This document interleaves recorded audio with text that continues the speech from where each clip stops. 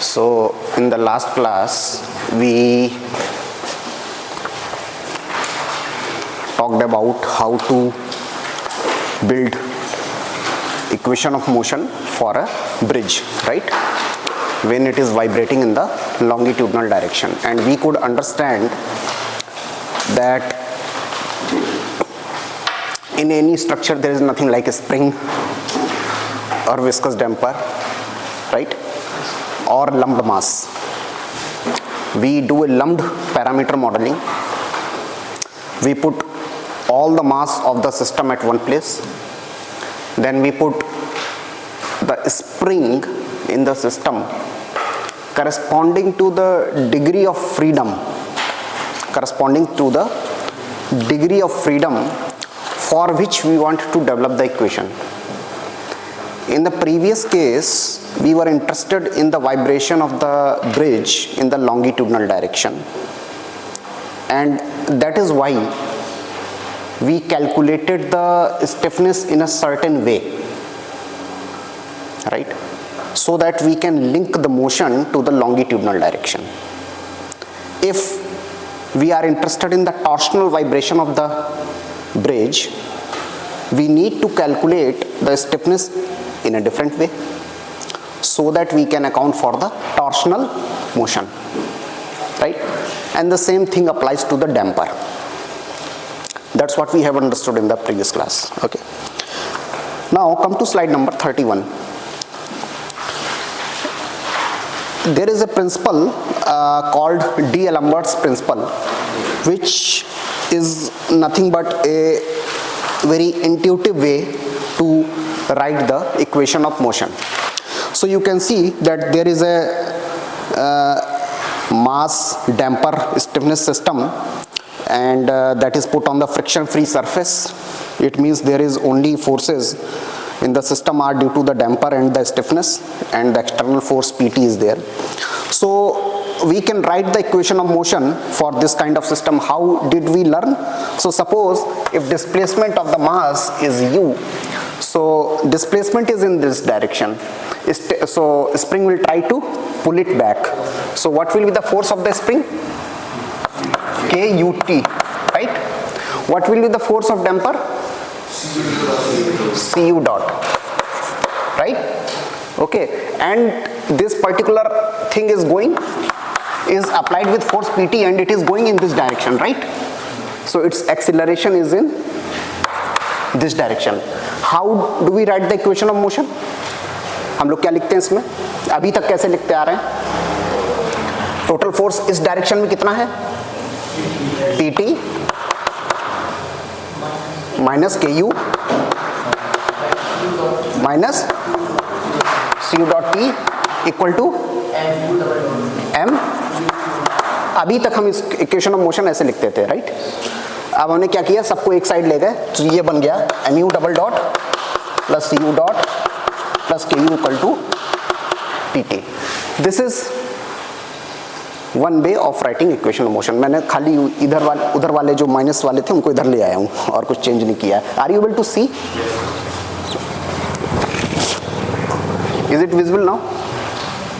वहां से दिख रहा है? दिख रहा है ना? क्योंकि लाइट की वजह से कभी कभी दिखता नहीं है. Okay, good. Now we can write the same equation of motion in a different way. Same equation of motion we can write in a different way and a more intuitive way. हम क्या कहते हैं, जब बस चलती है, बस जब सडनली आगे की तरफ एक्सेलरेट करती है या सडनली चल जाती है, तो हम आगे गिरते हैं, पीछे जाते हैं, पीछे आते हैं. और जब सडनली ब्रेक लगता है तो आगे की तरफ जाते हैं, है ना? इसीलिए एयर बैग्स आगे होते हैं, पीछे नहीं होते, है ना? आगे की तरफ जा रहे हैं, ठीक, जब सडनली ब्रेक लगा. It means if we are in a moving system, or if there is a motion in the system, acceleration is there. So basically this acceleration can be applied like a pseudo force but acting in a opposite direction. Can be applied as a pseudo force but acting in a opposite direction. So we can apply MU double dot in this direction. KU is already there, CU dot is already there, right?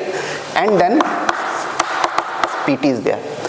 at this juncture this entire thing is in equilibrium. So how do we write equilibrium? Force in the x direction should be equal to 0. So the forces acting towards the left should be equal to forces acting toward the right. So we can write the equation of motion as mu double dot cu dot ku equal to et. ये हमारी equation of motion आ गई. Correct? This is the same equation of motion that we got from there, we are getting from here. So this is basically D'Alembert's principle कि जो inertia force है हम उसको पलट करके सिस्टम पर लगा करके फोर्स इक्विलिब्रियम कर देते हैं.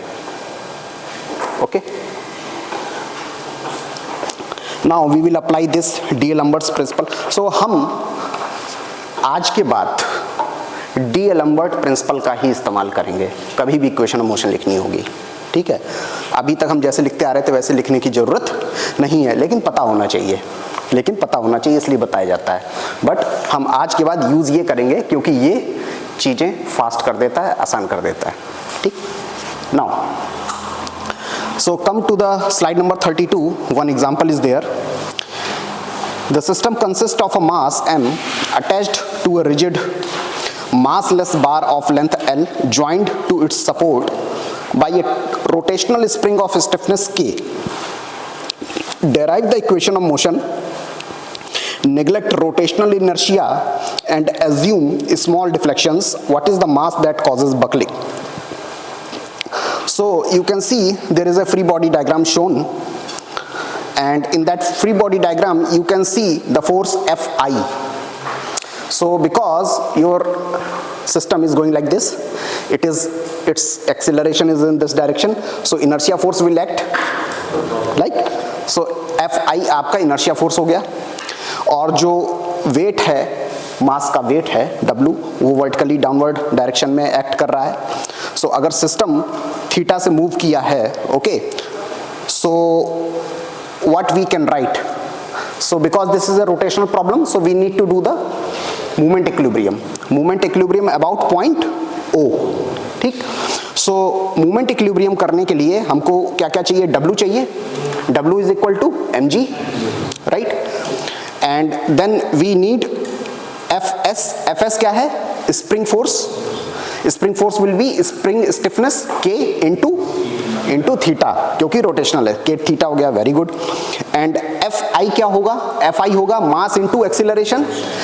अच्छा, थीटा से जाता है तो एंगुलर एक्सीलरेशन कितना हुआ? थीटा डबल डॉट हुआ एंगुलर एक्सेलरेशन, और उससे लीनियर एक्सेलरेशन कितना हो गया मास का? It is at a distance of L, so it becomes L theta double dot, right. So Fi is equal to mL theta double dot. Clear है?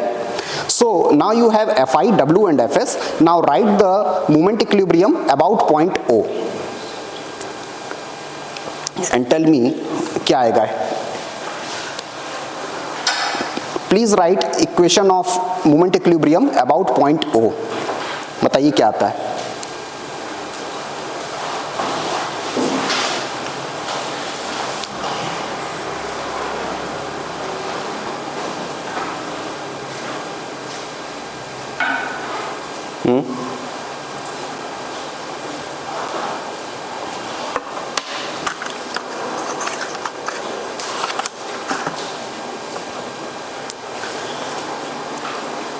Fi into Fi कितने O से कितने दूरी पर लग रहा है? Fi into L, okay, plus Fs एक मूवमेंट है तो उसको ऐड करना पड़ेगा directly, plus Fs equal to जो काउंटर हो रहा है वो वेट का है. वेट का जो डिस्टेंस है कितना है पॉइंट O से?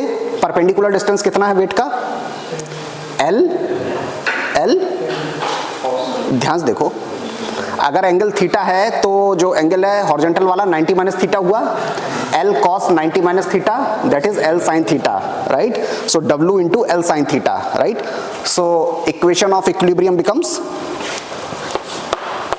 Fi into L plus Fs equal to WL sin theta, right. So now you need to put the value of Fi, Fs and W, and because this is a small motion, so sin theta becomes theta, right? तो हमारे पास एक equilibrium equation आएगी for small theta. Please tell me what is the equation. Please tell me what is the equation of equilibrium for small theta. ml square theta double dot plus k theta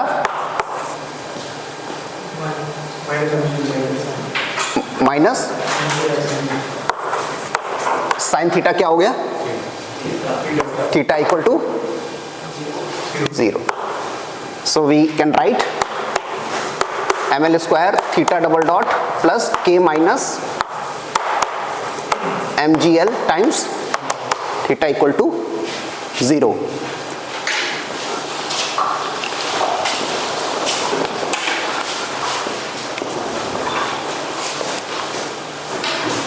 So this is our equation of motion, right?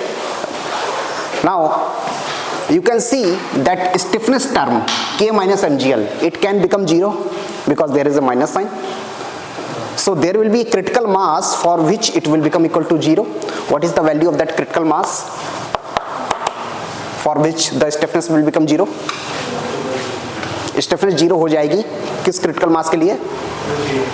k by g. It means जैसे ही आपका मास k by gl हुआ, system की जो resultant stiffness है वो 0 हो जाएगी और सिस्टम क्या हो जाएगा? बकल कर जाएगा. सिस्टम बकल कर जाएगा. ओके, इस सिस्टम की नेचुरल फ्रीक्वेंसी क्या होगी? Omega n. What is the natural frequency of this system? हम लोगों ने एक क्लास में डिस्कस किया था. अगर इक्वेशन हमारी ऐसी होती है mx double dot plus kx equal to 0, तो इसका नेचुरल फ्रीक्वेंसी क्या था? Root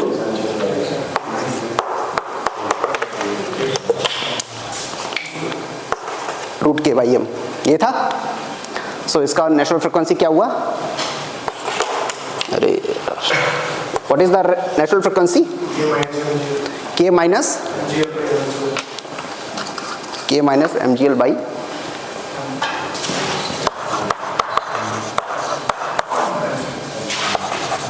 ml square. k minus mgl upon ml square. So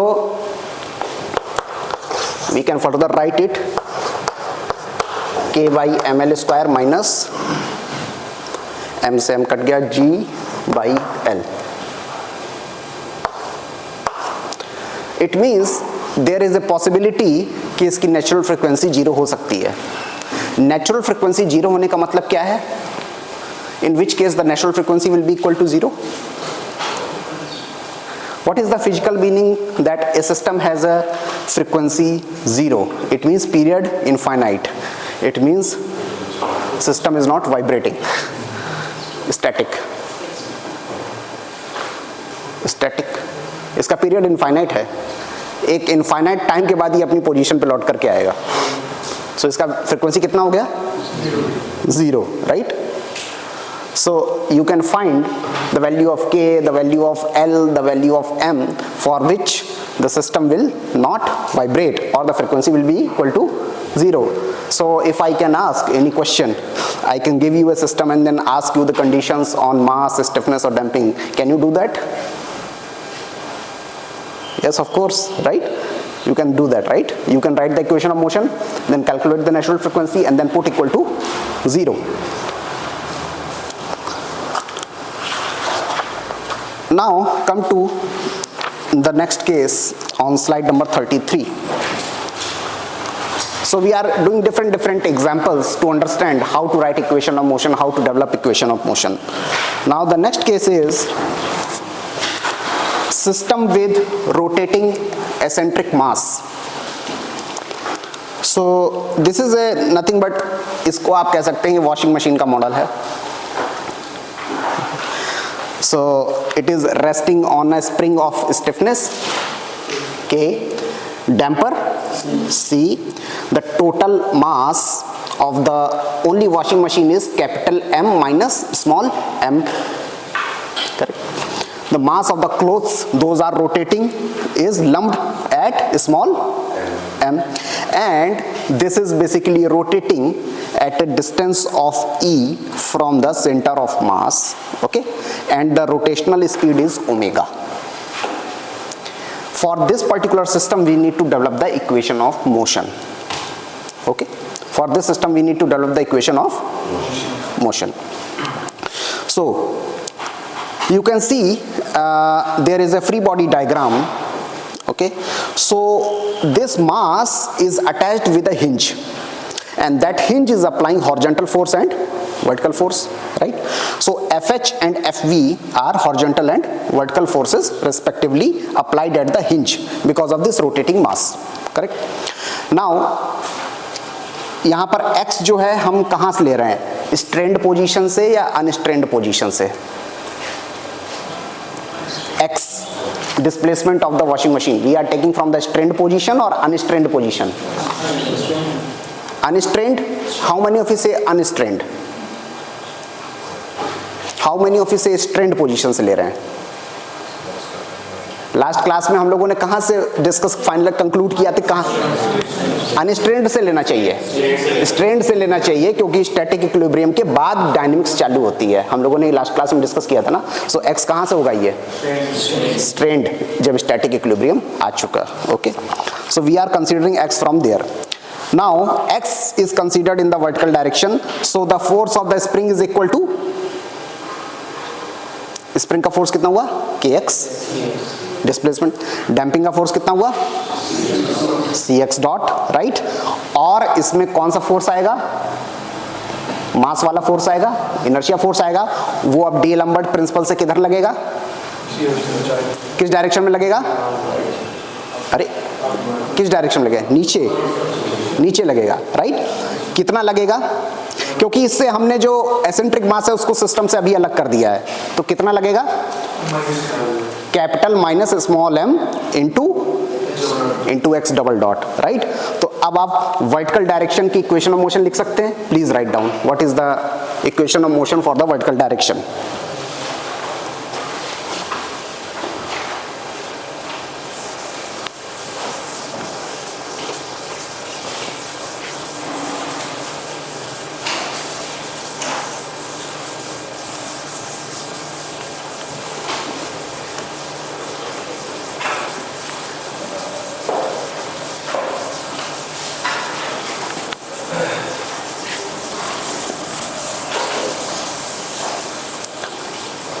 आप लोग का कोई डायनेमिक्स का लैब भी है क्या? You have a lab of dynamics? कोई लैब है आपका स्ट्रक्चर? उसमें कुछ डायनेमिक्स के एक्सपेरिमेंट होने वाले हैं ना कुछ समय में, ठीक है। तो वो जो डायनेमिक्स का एक्सपेरिमेंट है ना, वो आपको क्योंकि अभी तो हम लोग थ्योरी डेवलप कर रहे हैं, ठीक है, लेकिन वहाँ से आप प्रैक्टिकली समझना, वहाँ से आप प्रैक्टिकली समझना चीज़ों को कि कैसे हो रहा है, सिस्टम कैसे हो रहा है। और अगर कोई मैटलैब कोड बनाना हो, ये बनाना हो, तो उसकी प्रैक्टिस भी करते रहना साथ में, ठीक है। थ्योरेटिकली हम उन चीज़ों पर आते आते समय लगेगा। रीज़न ये है कि अभी तो हमको बेसिक से पहले समझना है डायनेमिक्स क्या है। तो इस क्लास का जो पर्पज़ है, बहुत डीप नॉलेज देना है डायनेमिक्स की फ्रॉम द स्क्रैच, चीज़ों को बहुत गहराई समझते हुए। उस क्लास का पर्पज़ ये है कि आपको, मान लीजिए थ्योरी का बहुत ज़्यादा ज्ञान नहीं है, लेकिन experimentally you have to learn by doing, learning by doing. तो वहाँ पर आपको एक्सपीरियंशियल लर्निंग मिलेगी कंसेप्ट्स की, ठीक है, उसको भी समझना है। फिर जब वो समझ करके इस क्लास में जब हम डिस्कस करेंगे, then you connect the dots, तो आपकी अंडरस्टैंडिंग और ज़्यादा मैच्योर हो जाएगी, ठीक। अभी इक्वेशन ऑफ मोशन लिखिए।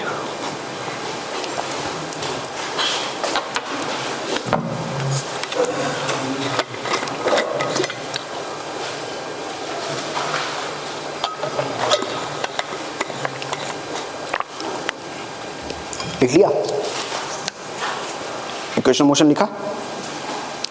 वर्टिकल डायरेक्शन में क्या क्या फोर्सेस लग रहे हैं? के x, so k x plus c x dot plus capital M minus small m x double dot, और एफ वी किधर लग रहा है, वो भी इधर ही लग रहा है, plus f v equal to 0, plus f v equal to 0। ये हमारा आ गया equation of motion in the vertical direction. So this is our first equation. Now see the second free body diagram, जिसमें हिंज पे लगे हुए forces दिखाई दिए हैं अपोजिट डायरेक्शन में और रोटेटिंग मास है, ठीक है, ओके। अब रोटेटिंग मास पे कौन सा फोर्स लग रहा होगा, रोटेटिंग मास पे कौन सा फोर्स लगेगा, रोटेटिंग मास मूव कर रहा है, रोटेटिंग मास मूव कर रहा है, ठीक, तो इसके ऊपर इनर्शिया फोर्स लग रहा है। कौन सा फोर्स लग रहा है, इनर्शिया फोर्स लग रहा हुआ है, ठीक है, रोटेटिंग मास पे इनर्शिया फोर्स आपका लग रहा हुआ है। सो अगर इसका मोशन ऊपर की तरफ है जो दिखाया गया है, so here it is written xt plus sine omega t, right, that is wrong, it should be xt plus e times sine omega t, क्योंकि जो लेंथ है हिंज की that is e, so it should be xt plus e sine omega t, right. ये hinge है, ये मास है, ये e है, राइट। सो अगर ये ओमेगा टी है in time t with omega velocity, this angle will be omega t, right, ये ऊपर की तरफ जा रहा है, करेक्ट। सो ये सेंटर ऑफ मास से xt तो मूव कर ही रहा है because your system is moving, and then additionally it is moving by e, this additional thing e sin omega t।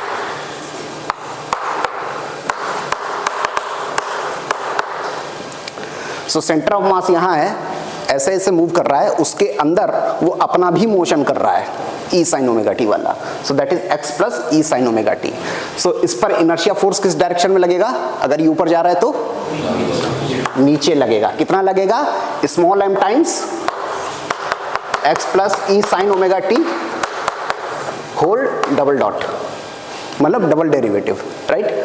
अब इसका डबल डेरिवेटिव निकाल के बताओ कितना आया, mx डबल डॉट तो हो गया, me हो गया, साइन ओमेगा टी का double derivative with respect to time क्या आएगा,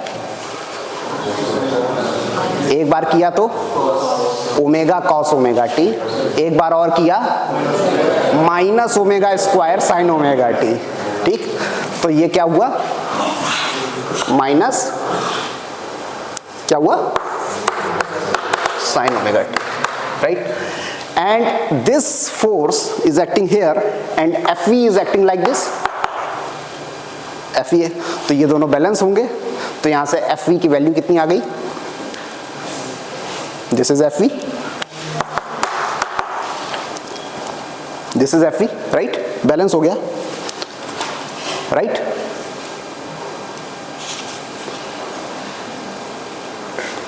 So now from there you can substitute the value of Fv in this equation, and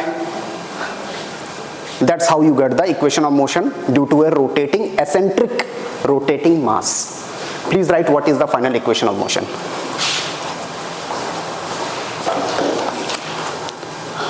What is the final equation of motion of eccentrically rotating mass? इसमें Fv के value substitute करो, simplify करो and tell मी।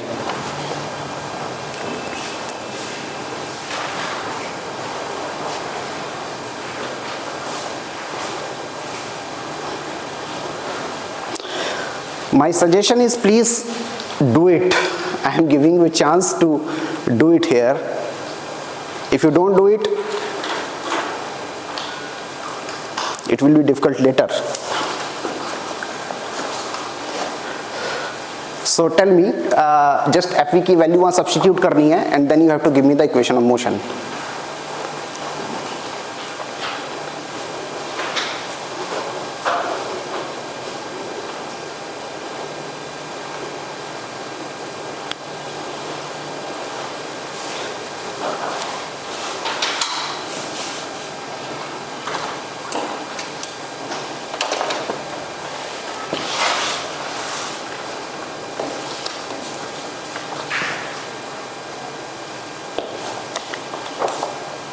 करो करो करो, रुक क्यों गए, सही कर रहे हो।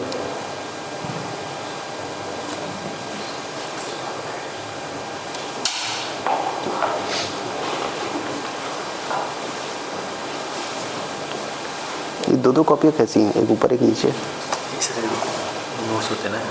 अच्छा, ये रफ।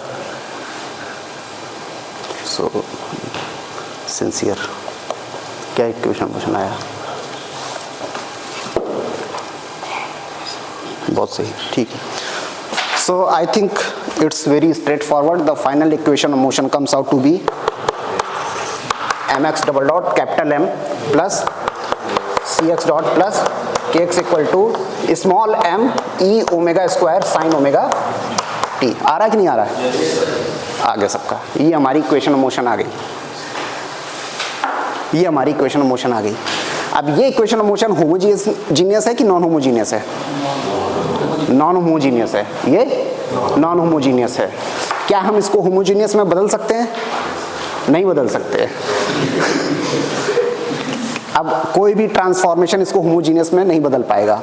अब हमको नॉन होमोजीनियस डिफरेंशियल इक्वेशन ही सॉल्व करनी पड़ेगी। इस तरह की जो इक्वेशन ऑफ मोशन होती है जो कि नॉन होमोजीनियस हो जाती है, उसको हम बोलते हैं फोर्स्ड वाइब्रेशन। उसको हम बोलते हैं, और अगर ये होमोजीनियस होता है, सामने जीरो होता है, तो उसको हम बोलते हैं फ्री वाइब्रेशन। उसको बोलते हैं, और ये क्या हुआ? Forced vibration. सिस्टम के अंदर एक एक्सटर्नल फोर्स आ गई है because of this rotating mass. Correct? अगर हमारा मास जीरो हो जाएगा तो ये इक्वेशन कैसी हो जाएगी? या नेग्लिजिबल हो जाएगा। तो this is just like a free vibration. अगर एसेंट्रिसिटी जीरो हो जाएगी या बहुत छोटी हो जाएगी तो this is just like a free vibration. E बहुत छोटा हो गया, राइट? अगर उसके रोटेशन की जो फ्रीक्वेंसी है वो बहुत कम हो जाए, so we can treat it like a. तो तीन चीजों पे डिपेंड कर रहा है, मास, एसेंट्रिसिटी और उसकी रोटेशन की फ्रीक्वेंसी। अच्छा, इस सिस्टम का नेचुरल पीरियड क्या होगा? What is the natural period of this system omega N?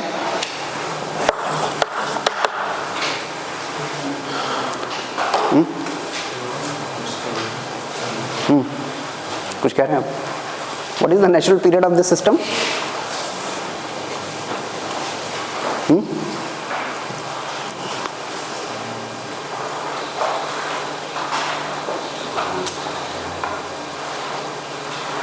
What is the natural period of this system? अच्छा, अगर यहां मैं जीरो लगा देता तो नेचुरल पीरियड क्या होता? अगर मैं यहां जीरो लगा देता तो नेचुरल पीरियड क्या होता? रूट के बाई एम। नेचुरल पीरियड हमेशा रूट के बाई एम ही होता है, चाहे फोर्स्ड वाइब्रेशन हो, चाहे फ्री वाइब्रेशन हो, चाहे डैम्प्ड वाइब्रेशन हो, कैसा भी हो। नेचुरल पीरियड जो है वो आपका रूट के बाई, नेचुरल फ्रीक्वेंसी जो है रूट के बाई एम ही। Is it clear? Is it clear? ठीक। तो फिर ओमेगा यहां पर जो है ये क्या है? यहां पे जो ये ओमेगा आ रहा है ये क्या है? इसको क्या बोलेंगे? Forcing frequency. इसको बोलेंगे फोर्सिंग फ्रीक्वेंसी या एक्साइटेशन फ्रीक्वेंसी या ड्राइविंग फ्रीक्वेंसी। ठीक, इसके तीन नाम है, फोर्सिंग फ्रीक्वेंसी, एक्साइटेशन फ्रीक्वेंसी या ड्राइविंग फ्रीक्वेंसी। ठीक, और ये क्या है? Natural frequency. नेचुरल क्यों? क्योंकि ये सिर्फ सिस्टम के पैरामीटर्स पे डिपेंड कर रही है। सिस्टम के पैरामीटर क्या है? के और एम। इस सिस्टम की स्टिफनेस है, इस सिस्टम का एक मास है, उस पर डिपेंड कर रहा है। ठीक, now come to slide number 34।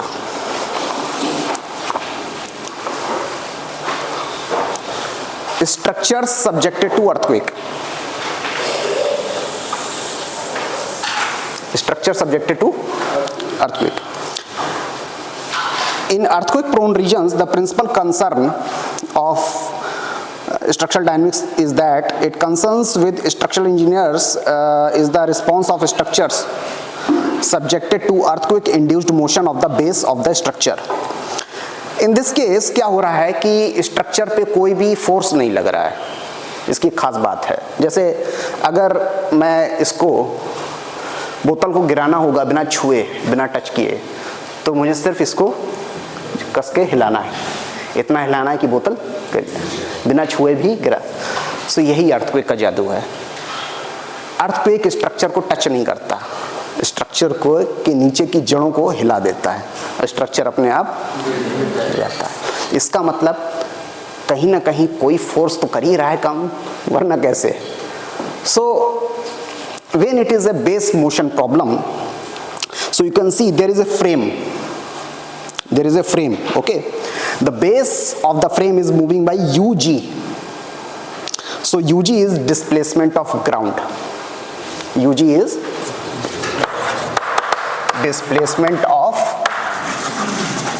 ground is UG, which is a function of time, correct? Now there is a term UT. You can see in the figure there is something UT which will be a function of time. UT क्या है? UT is the total displacement of the mass. UT is the total displacement of the mass. Total displacement क्या होगा? Total displacement होगा कि एक तो ground move किया, ठीक, तो उतना तो वो लेके गया अपने साथ स्ट्रक्चर को, गया नहीं गया? ग्राउंड अगर यहाँ से यहाँ मूव किया है और स्ट्रक्चर ग्राउंड पे खड़ा है तो इतना तो लेके गया। अब ग्राउंड के मूव करने के कारण इसमें वाइब्रेशन चालू हुई, तो ये अपना एक एडिशनल मूवमेंट करेगा। ग्राउंड ने तो मूव किया, फिर ये अपना भी ऐसे हिल रहा है, तो टोटल डिस्प्लेसमेंट क्या हुई? ग्राउंड मूवमेंट प्लस इसका अपना मूवमेंट। तो जो इसका अपना मूवमेंट है that is relative to the ground, right? So this can be written as UT plus UGT. UGT is ground movement and this is relative displacement. That is relative displacement. इतना clear हुआ? अब इस पूरी problem को इतना अगर समझ में आ गया, so now we can convert this entire problem into a very simplified mathematical model that is given right after the arrow. So whole mass is lumped as a box of mass m. You can see the total stiffness of columns is equal to K, that becomes a spring. The total damping in the system is C, that is a dashpot, okay, and it is attached with a fixed end, right, and that fixed end is moving by UG, correct? That fixed end is moving by UG and total displacement of mass is UT. ठीक है, अब इस case के लिए D'Alembert principal लगाते हुए इसका equation of motion लिखिए इस simple spring mass damper system का. Please write equation of motion of this spring mass damper system with the help of D'Alembert's principle.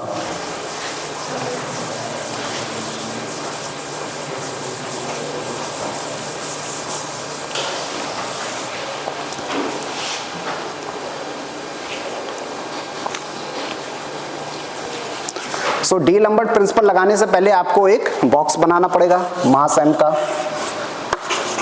So what is the stiffness force acting? अगर ये इधर जा रहा है तो स्टिफनेस फोर्स इधर act करेगा k टाइम्स.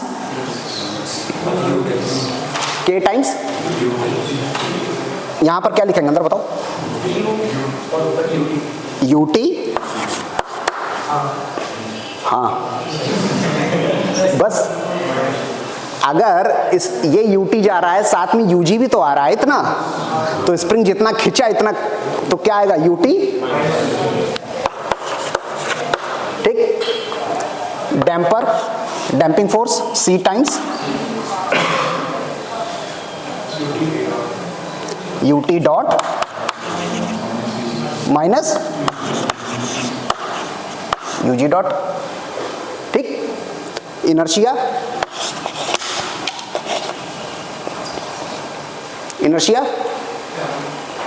m, बहुत बढ़िया m. उसके बाद मास का जो डिस्प्लेसमेंट है वो कितना है, यूटी। मास के ऊपर एक्सेलरेशन कितना लग रहा है, यूटी डबल डॉट। उसको यूजी से कोई लेना देना नहीं है, तुम मास के पीछे क्या कर रहे हो क्या नहीं कर रहे हो, मास कितना जा रहा है उसको उससे मतलब है। तो एक्सेलरेशन कितना हुआ, यूटी डबल डॉट, इतना है। और इसके अलावा और कोई फोर्स लग रहा है सिस्टम पे, इसके अलावा और कोई फोर्स लग रहा है सिस्टम पे, नो, बिल्कुल सही, इसके अलावा कोई फोर्स नहीं लग रहा है। तो ये फोर्स लगा करके हम इक्वेशन ऑफ इक्विलिब्रियम क्या लिख सकते हैं, m plus c ut dot minus u dot g plus k ut minus, लिख सकते हैं कि नहीं लिख सकते हैं, कैन वी राइट इट और नॉट, ओके, दिखता है यहाँ से, हाँ दिख रहा है। सो नाउ ये ut माइनस ug क्या है, ut माइनस ug क्या है, relative displacement of the mass with respect to ground, that is u, यही हमने डिफाइन किया है। तो इसको हम क्या लिख सकते हैं, u dot t minus u dot g क्या हुआ, u डॉट, करेक्ट हुआ। इसको u डबल डॉट में कन्वर्ट कैसे कर सकते हैं, क्या ये u डबल डॉट है, नहीं, इसमें ऐसा क्या हो जाए कि ये u डबल डॉट बन जाए, हाँ u डबल डॉट, वाओ। सो u इसको लिख सकते हैं, करेक्ट, इस वाले पार्ट को क्या लिख सकते हैं, u double dot plus ug।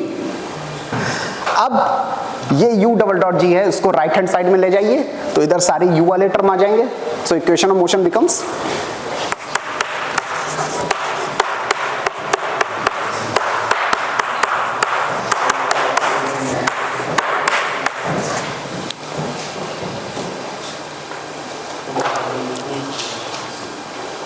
Is it clear, नहीं क्लियर हुआ, ut क्या है, ut प्लस ugt, यहां सब्स्टिट्यूट किया तो ये हो गया u double dot plus u double dot g। अब क्लियर है, अब क्लियर हुआ। सो ये इक्वेशन आ गया, ये होमोजीनियस इक्वेशन है कि नॉन होमोजीनियस है, नॉन होमोजीनियस है, राइट। नॉन होमोजीनियस होने के साथ फोर्सिंग टर्म क्या है इस इक्वेशन में, what is the force, external force क्या है, minus M U double dot G, right. लेकिन अर्थक्वेक में तो कोई फोर्स लगता नहीं था, तो फिर फोर्स कैसे आ गया,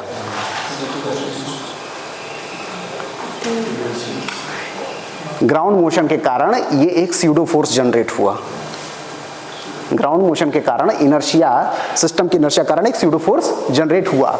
सो इसको हम बोल देते हैं effective force due to earthquake. इसको क्या बोल देते हैं, effective force due to earthquake. Earthquake में कोई फोर्स नहीं होता है, स्यूडो फोर्स जनरेट होता है, जिसको हमने बोल दिया effective force due to earthquake. इसका मतलब this force is proportional to the mass of the system. इसका मतलब जो जितनी ही भारी स्ट्रक्चर होगा उस पे अर्थक्वेक फोर्स उतना ही ज्यादा लगेगा, जो हल्की बिल्डिंग होगी उस पे अर्थक्वेक फोर्स उतना ही कम लगेगा।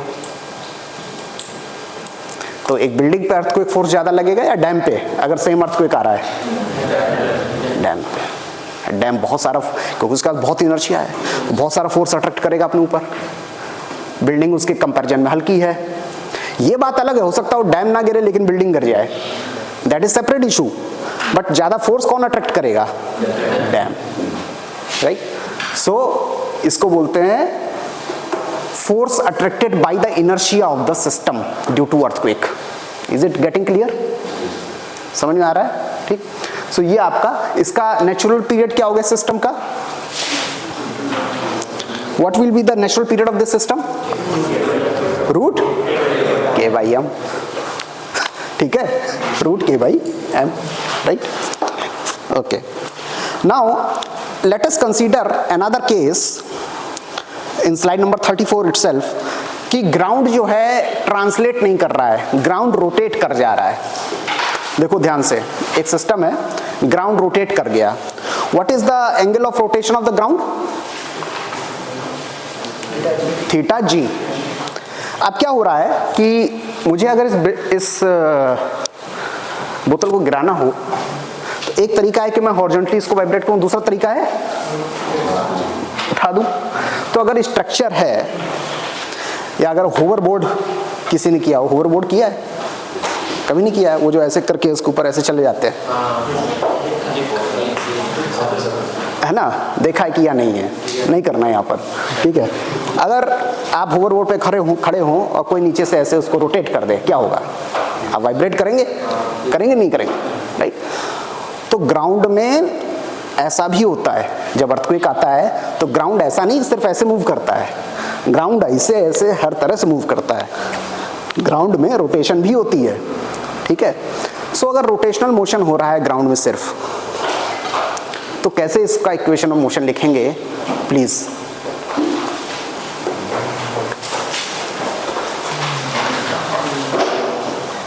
How will you right the equation of motion of a rotating system?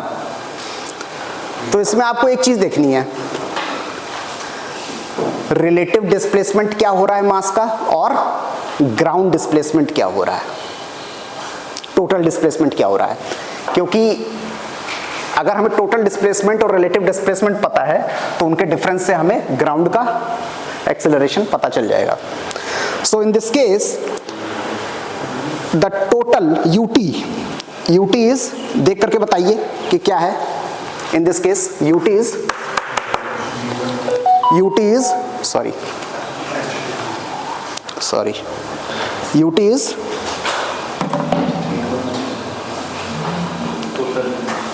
हाँ टोटल तो है, टोटल क्या है? ut is equal to, diagram देख के बताओ, u प्लस नहीं ug हमेशा नहीं होगा, देखो ug है नहीं, अब थीटा जी है, क्या होगा? अगर थीटा स्मॉल है तो हम क्या लिख सकते हैं? हाँ, अगर थीटा स्मॉल है तो हम क्या लिख सकते हैं? अरे देख के बोलो ना, h इंटू थीटा जी लिख सकते हैं नहीं लिख सकते हैं? h थीटा जी लिख सकते हैं कि नहीं? यही तो हुआ। अगर थीटा स्मॉल है तो हम इसको क्या लिख सकते हैं? h थीटा जी प्लस u। तो यहां से हमें बेसिकली ग्राउंड मोशन क्या मिल गया? h theta G. तो हमारी इक्वेशन ऑफ मोशन क्या हो गई? mu double dot cu dot ke equal to minus times h theta double dot g।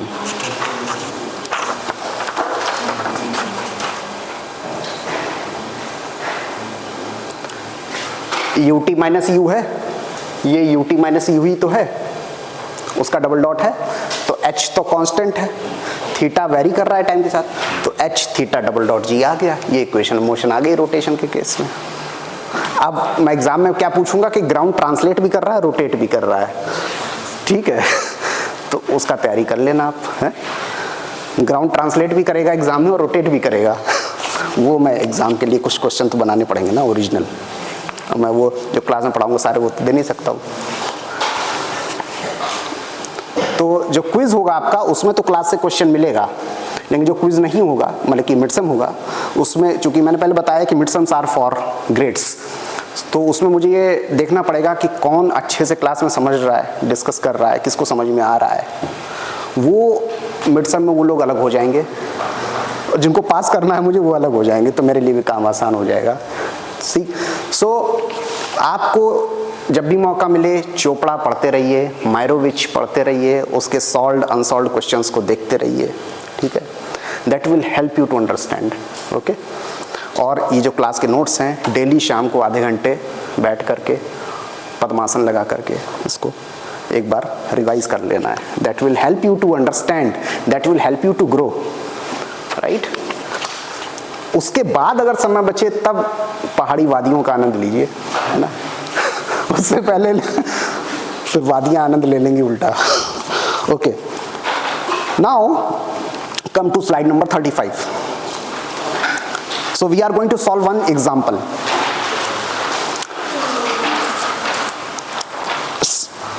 A uniform rigid slab of total mass m is supported on 4 columns of height h, rigidly connected to the top slab and to the foundation slab.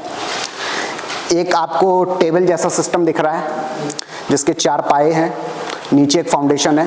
Diagram में अगर देखेंगे rigid foundation slab लिखा हुआ है, वो rigid slab नीचे rigid foundation slab पर attached है. Each column has a rectangular cross section with second movements of area Ix and Iy for the bending about the x and y axis. x और y axis दी हुई हैं.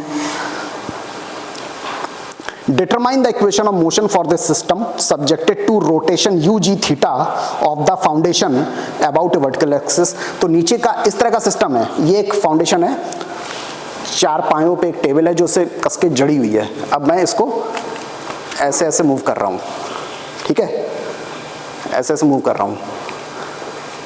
चूंकि है जड़ी हुई है लेकिन अपने जो कॉलम्स है वो स्प्रिंग की तरह काम करेंगे, तो ये सिस्टम ऐसे ऐसे मूव करेगा. इसका कुछ इक्वेशन मोशन बनेगा. इसमें मास भी है, स्टिफनेस भी है, डैम्पर नहीं है इसमें. तो इसमें 2 टर्म आएंगे इसकी इक्वेशन ऑफ मोशन में, बल्कि 3 टर्म आने चाहिए. क्यों? क्योंकि मोशन भी हो रहा है तो एक फोर्स का टर्म भी आएगा, ठीक है. तो एक मास का टर्म आएगा, एक स्टिफनेस का टर्म आएगा और एक बेस मोशन का टर्म आएगा. वो इक्वेशन ऑफ मोशन होगी. इतना समझ में आ गया ना, ठीक है. सो neglect the mass of the columns of course and you have to find the equation of motion. So इसका equation of motion लिखने के लिए आप क्या करेंगे? टोटल मास जो है इसमें टोटल, चूंकि रोटेशन हो रहा है तो रोटेशन में हम क्या देखते हैं? मास तो देखते नहीं, क्या देखते हैं? इनर्शिया देखते हैं. रोटेशनल इनर्शिया देखेंगे, राइट.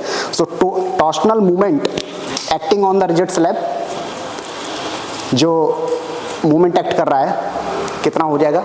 अगर उसका टोटल जो रोटेशन है ऊपर स्लैब का टोटल रोटेशन वो दिया हुआ है u थीटा t. ध्यान से देखो ऊपर दिखा है u theta t.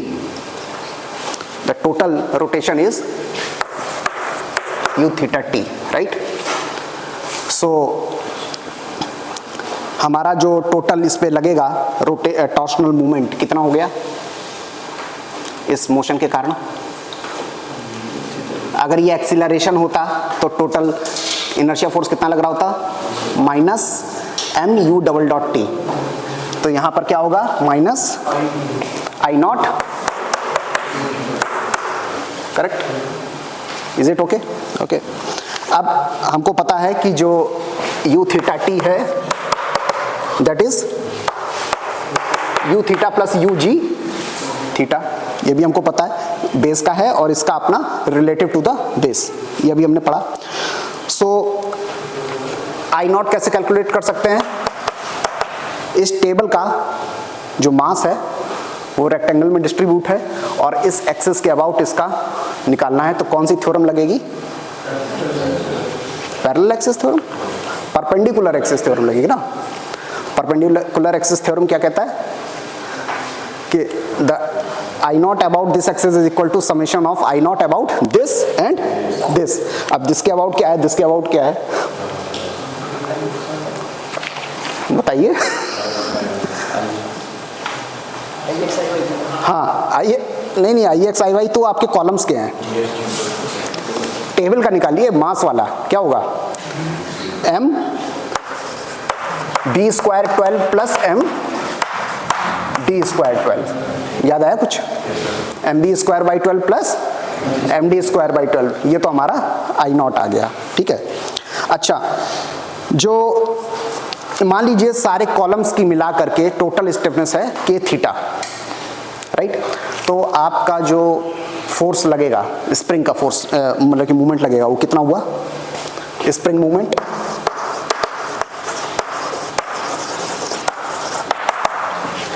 Total torsional stiffness is के थीटा. सो के थीटा इंटू